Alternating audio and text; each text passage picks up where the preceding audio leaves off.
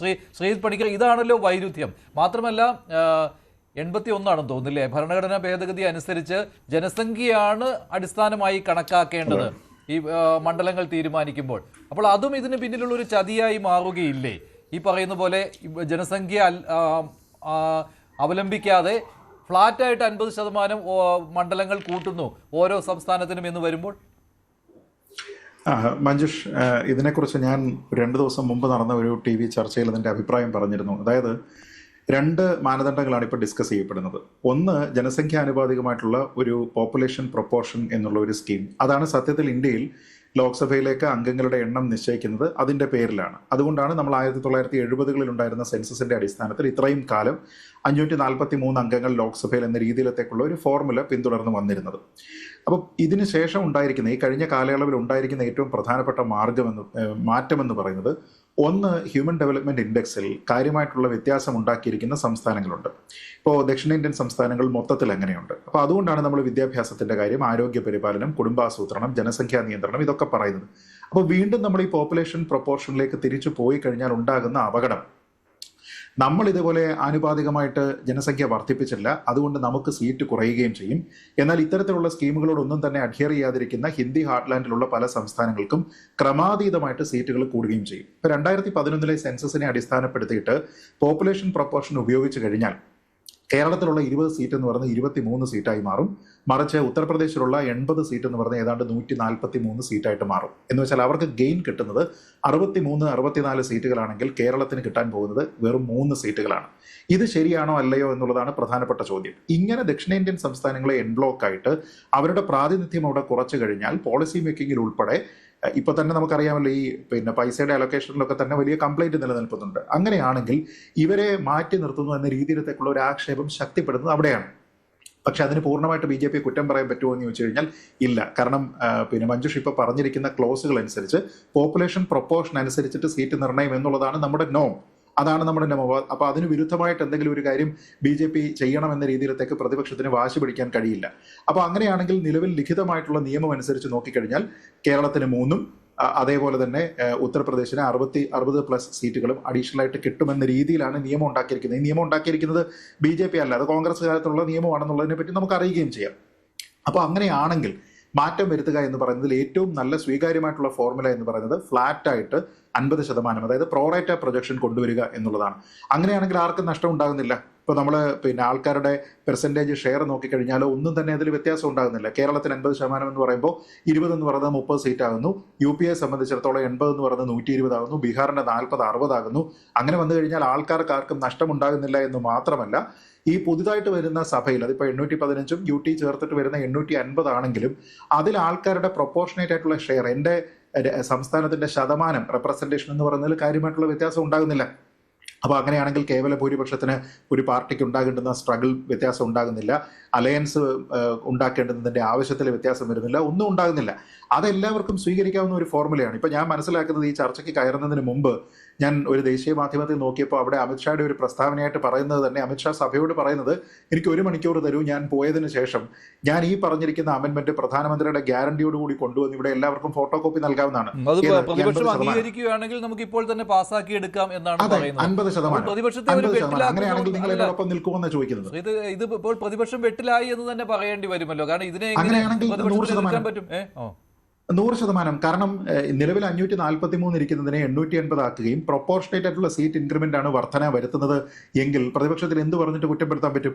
അങ്ങനെയാണെങ്കിൽ എനിക്ക് പ്രൊപ്പോർഷനേറ്റ് ആയിട്ട് സീറ്റ് കൂടിയില്ല എന്ന് പറയാൻ കഴിയില്ല. അഖിലേഷ് യാദവ് പറയുന്നത് കേട്ടു, ഇപ്പോൾ ഇന്ത്യയുടെ പ്രധാനമന്ത്രിയായിട്ട് ഒരു വനിതയെ കൊണ്ടുവരുമെന്ന് വാക്കാൽ പറഞ്ഞാൽ പോലും ഞങ്ങൾ വിശ്വസിക്കുകയില്ല എന്ന്. പക്ഷെ ഇവിടെ ബില്ലിൽ ഉൾപ്പെടുത്തി കഴിഞ്ഞാൽ അതിനെ എങ്ങനെ അവിശ്വസിക്കാൻ പറ്റും? അതിന് പിന്നിൽ ഒളിച്ചിരിക്കുന്ന മറ്റ് ചതികളുണ്ടോ? അവിടെ ഉള്ളത് ഇതാണ്. അല്ല, ജനസംഖ്യ മാത്രമേ ആധാരമാക്കി എടുക്കാവൂ എന്നുള്ള കാര്യമുണ്ട്. അതിലും ഭേദഗതി വരുത്തേണ്ടി വരും. 2023 നിയമം ഇന്നലെ തൊട്ട് പ്രാബല്യത്തിൽ വന്നിട്ടുണ്ട് കേട്ടോ. 2023 അതെ, ഇന്നലെ മുതൽ പ്രാബല്യത്തിൽ വന്നിട്ടുണ്ട്.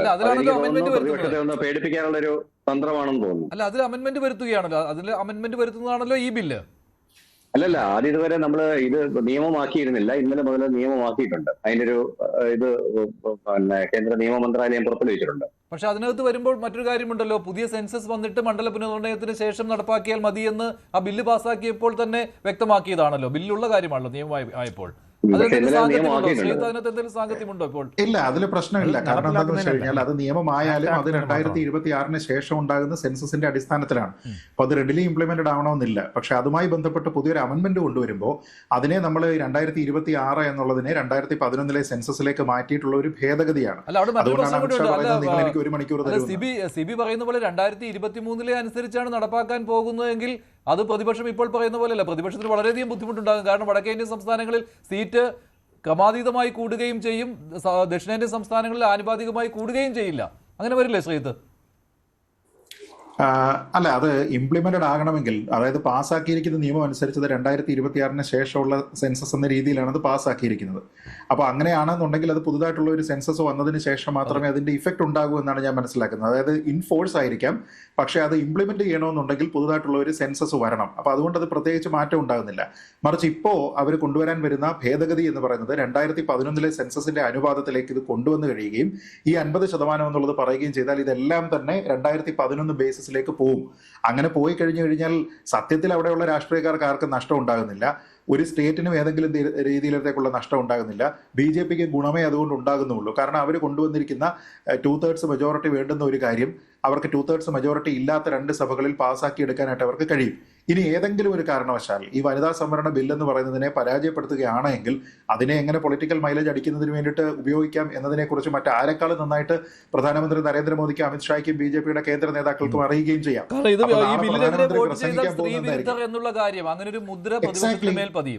ഒന്ന് ആലോചിച്ച് നോക്കൂ മഞ്ജുഷ്. പ്രധാനമന്ത്രി വളരെ നാടകീയമായിട്ട് അദ്ദേഹം ഇതിനെക്കുറിച്ച് സംസാരിക്കുകയും ചെയ്യും. അദ്ദേഹം പറയും, ഈ നാട്ടിലുള്ള അമ്മ പെൺമാരുടെ കയ്യിലേക്ക് ഞാൻ അധികാരം നൽകാൻ വേണ്ടിയിട്ട് ശ്രമിച്ചപ്പോൾ അതിനെ ഈ രാഹുൽ ഗാന്ധി, അഖിലേഷ് യാദവും മമതാ ബാനർജി ഉൾപ്പെടെയുള്ള ആൾക്കാർ എതിർത്ത് തോൽപ്പിച്ചു. അപ്പോൾ നിങ്ങൾ ആൾക്കാരെ തിരിച്ചറിയണം എന്ന് പറഞ്ഞു കഴിഞ്ഞാൽ അത് ഉണ്ടാക്കാൻ പോകുന്ന പ്രത്യാഘാതം എന്ന് പറയുന്നത് ചെറുതല്ല. അതിനെക്കുറിച്ച് ഇവർക്കെല്ലാം അറിയാം. സത്യത്തിൽ ഈ 50% എന്ന് പറയുന്ന ഒരു ഗ്യാരണ്ടി അവിടെ ഉണ്ട് എങ്കിൽ ഇതിനെ അനുവദിക്കുക എന്നുള്ളതാണ് നല്ലത്. അങ്ങനെയാണ് എങ്കിൽ കേന്ദ്രം ഒറിജിനലി പറഞ്ഞിട്ടില്ലാത്ത ഒരു കാര്യത്തിനെ ഞങ്ങളുടെ സമ്മർദ്ദം മൂലം ഞങ്ങളുടെ വഴിക്ക് കൊണ്ടുവന്നു എന്ന് പറഞ്ഞുകൊണ്ട് അവർക്ക് ക്രെഡിറ്റ് അടിക്കുകയും ചെയ്യാം. പക്ഷെ അത് ചെയ്യുന്നെങ്കിൽ ഇന്ന് സഭയിൽ ചെയ്യണം, അതല്ല എന്നുണ്ടെങ്കിൽ ഈ പണി പാളും എന്നുള്ളതാണ് ഇതിനകത്ത്. പ്രധാനമന്ത്രിയും ലോക്സഭയിൽ എത്തിക്കഴിഞ്ഞു. ബില്ലിന്മേൽ വോട്ടെടുപ്പ് ഉടൻ തന്നെ നടക്കാൻ പോവുകയാണ്. ലോക്സഭ തത്സമയ സംപ്രേഷണത്തിലേക്ക് പോവുകയാണ്. ഡിവിഷനിലേക്ക് പോവുകയാണ്, വോട്ടെടുപ്പിലേക്ക് പോവുകയാണ്. പ്രധാനമന്ത്രി നരേന്ദ്രമോദി ലോക്സഭയിൽ എത്തി. ഈ ബില്ലിനെ പ്രതിപക്ഷം എതിർക്കുമെന്ന് പ്രഖ്യാപിച്ചു കഴിഞ്ഞു. സ്വാഭാവികമായിട്ടും ഇതൊരു രാഷ്ട്രീയ ആയുധമാക്കി മാറ്റാൻ, ബിൽ പരാജയപ്പെട്ടാൽ അതൊരു രാഷ്ട്രീയ ആയുധമാക്കി മാറ്റാൻ BJPക്ക് കഴിയുകയും ചെയ്യും. ശ്രീ സിബി സത്യൻ, ഇതിപ്പോൾ ഷീ ശക്തി ഇല്ല, അങ്ങനെയാണല്ലോ, നാരി ശക്തി, അത് രാജ്യത്തെ പ്രതിപക്ഷം എതിർത്ത് തോൽപ്പിക്കുന്നു എന്നുള്ള കാര്യമാണല്ലോ ഉന്നയിക്കാൻ പോകുന്നത്. അത് ഈ ഡിബേറ്റിൽ മുഴങ്ങിക്കേട്ട കാര്യവും അത് തന്നെയായിരുന്നു ഭരണപക്ഷത്തിന്റെ ഭാഗത്ത് നിന്ന്. ഇതിൽ വെട്ടിൽ വീണിരിക്കുകയാണല്ലോ ഇപ്പോൾ പ്രതിപക്ഷം. അതെ, അതിനകത്ത് സംശയമൊന്നുമില്ല. കാരണം വെച്ചാൽ വളരെ സമർത്ഥമായ ഒരു രാഷ്ട്രീയ നീക്കമാണ് ഇക്കാര്യത്തിൽ BJP നടത്തിയത് എന്നുള്ള കാര്യത്തിൽ 100% അംഗീകരിക്കുക തന്നെ ചെയ്യുന്നു. കൂടുതൽ വാർത്തകൾക്ക് News 18 Keralam YouTube channel subscribe ചെയ്യുക.